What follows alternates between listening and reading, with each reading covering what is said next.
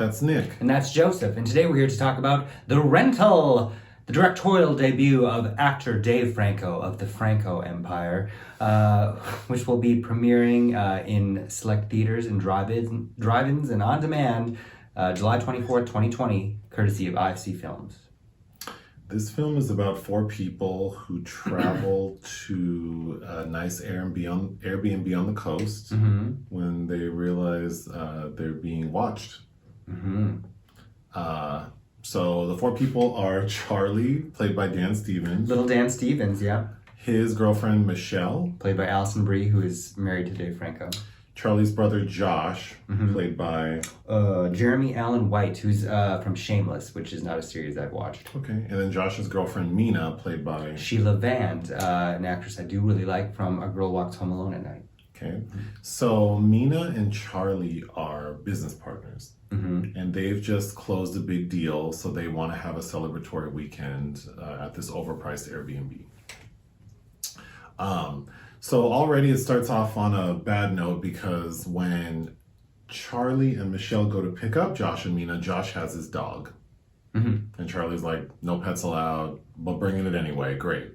On the ride to the house, Mina starts talking about why they think the host denied her request for the Airbnb, but approved Charlie's.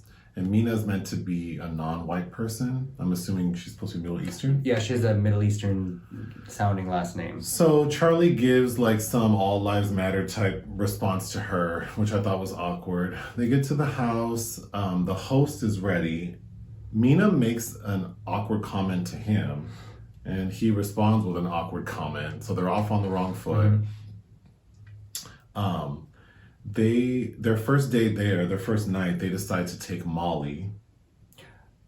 Not everybody. Except Michelle. She wants to be fresh in the morning to go for a hike. So the three of them take Molly. Michelle and Josh conk out, and Charlie and Mina are left to interact together. It's very obvious that they have some sort of tension, and they hook up right away. Yep. They hook up in the hot tub, then they move to the shower, hook up there. The next morning, they are too tired to go hiking, so it's just Michelle and Josh. And on that little trip, Josh sort of divulges some information that makes Michelle understand that Charlie has a history of sort of like cheating on his girlfriend and then hooking up, like entering a new relationship with the girl he cheated on the previous one with, continuing up until Michelle. With the other woman. So that's not good news for her. While they're out hiking, Mina discovers a camera in her shower head. So of course she's upset by it, tells Charlie. Charlie sees there's a camera in his. She wants to call the police. Charlie doesn't, because he says if they call the police, Michelle might find out that he cheated on her, which I find to be unbelievable. But they don't call the police. When Michelle and Josh return, Michelle is upset with Charlie. They are kind of stank.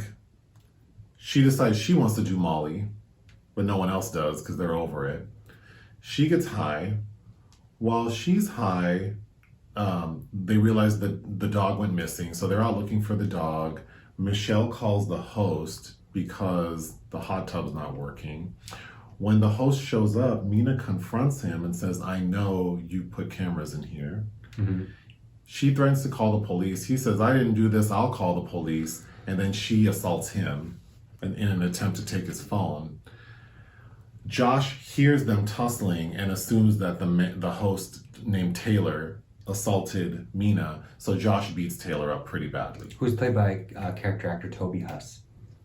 So the host, Taylor, is in the tub, beat up. And while the four of them are outside contemplating what they should do besides call the police, a masked man in all black goes in and kills Taylor. So the twist is it's not the host who's spying on the occupants, it's this third party. So that host goes on a killing spree, kills everyone, basically. And then we find out that he's like a serial Airbnb killer because the final montage is him going to an Airbnb, installing cameras, making a duplicate key so that he can subsequently break in and do whatever he wants. The end. All right. Sorry, that was long.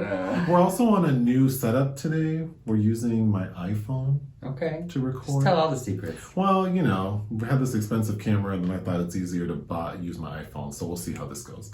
Anyway, what did you think of the film?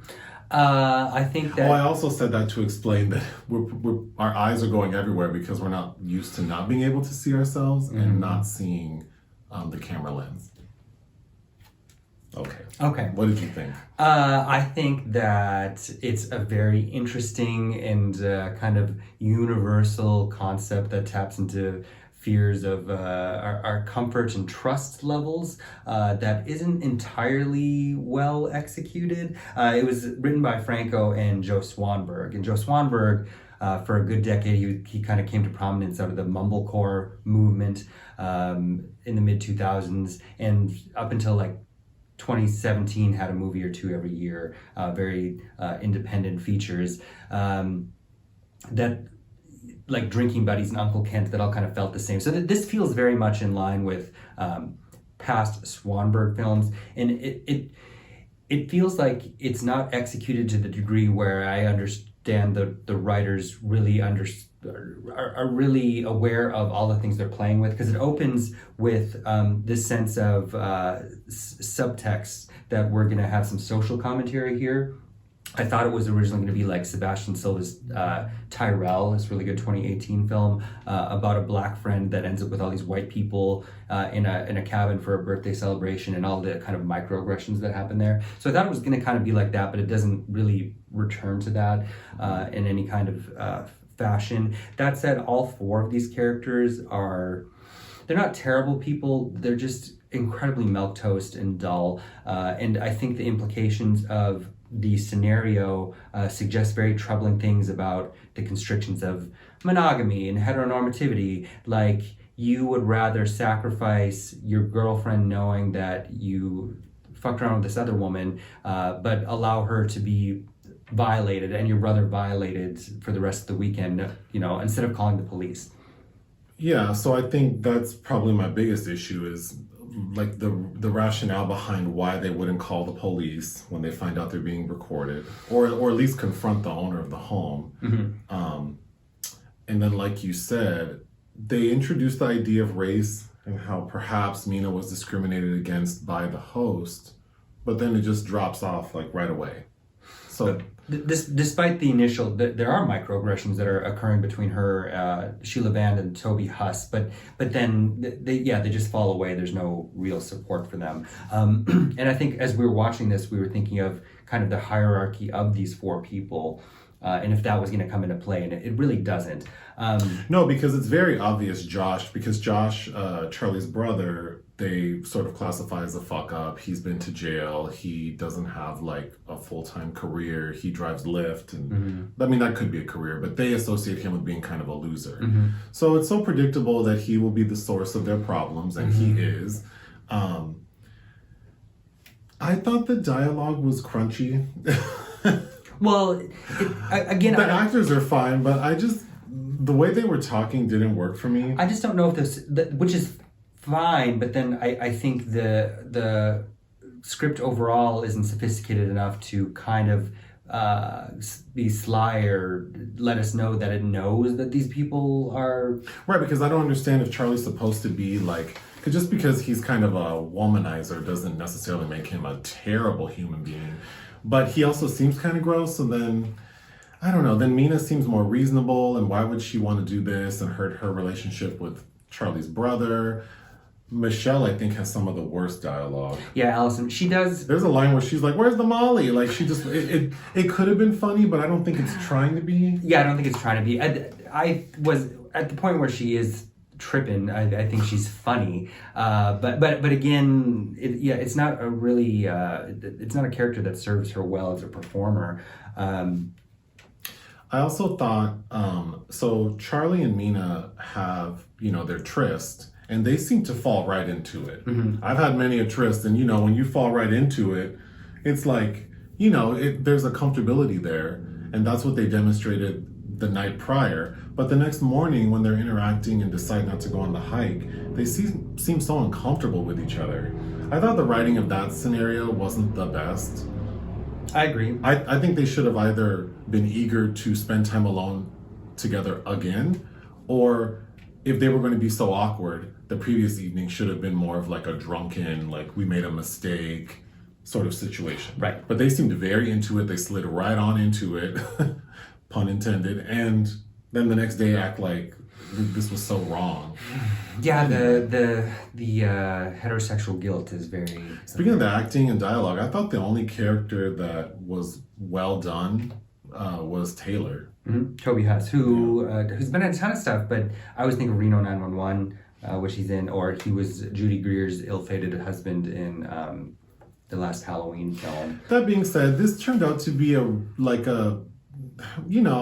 moderately satisfying slasher film. It was not what I expected. I mean, it reminded me of something like a mix between Vacancy, that Nimrod Antel film with Kate Beckinsale and Luke Wilson, mixed with like a lo-fi Sliver. And the very ending reveal of this killer, I actually thought of this really, this French art house film, 29 Palms by Bruno Dumont, favorably. I liked as well, because I almost wish we could have more time with that rather than these four people.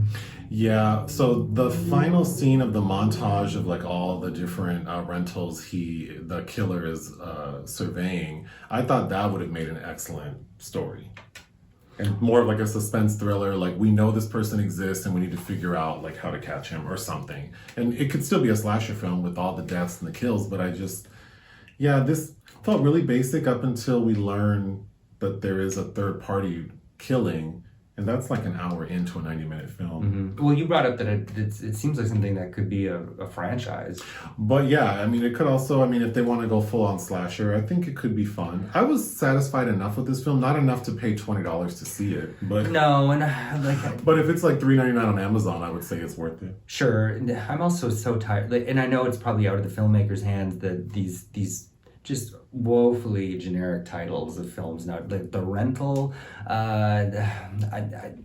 which I guess is fitting, but I don't know, to me it's kind of a woebegone. What would you give this film? I think 2.5 out of 5 is fair. I would give it 2.5 out of 5 as well. Anything else?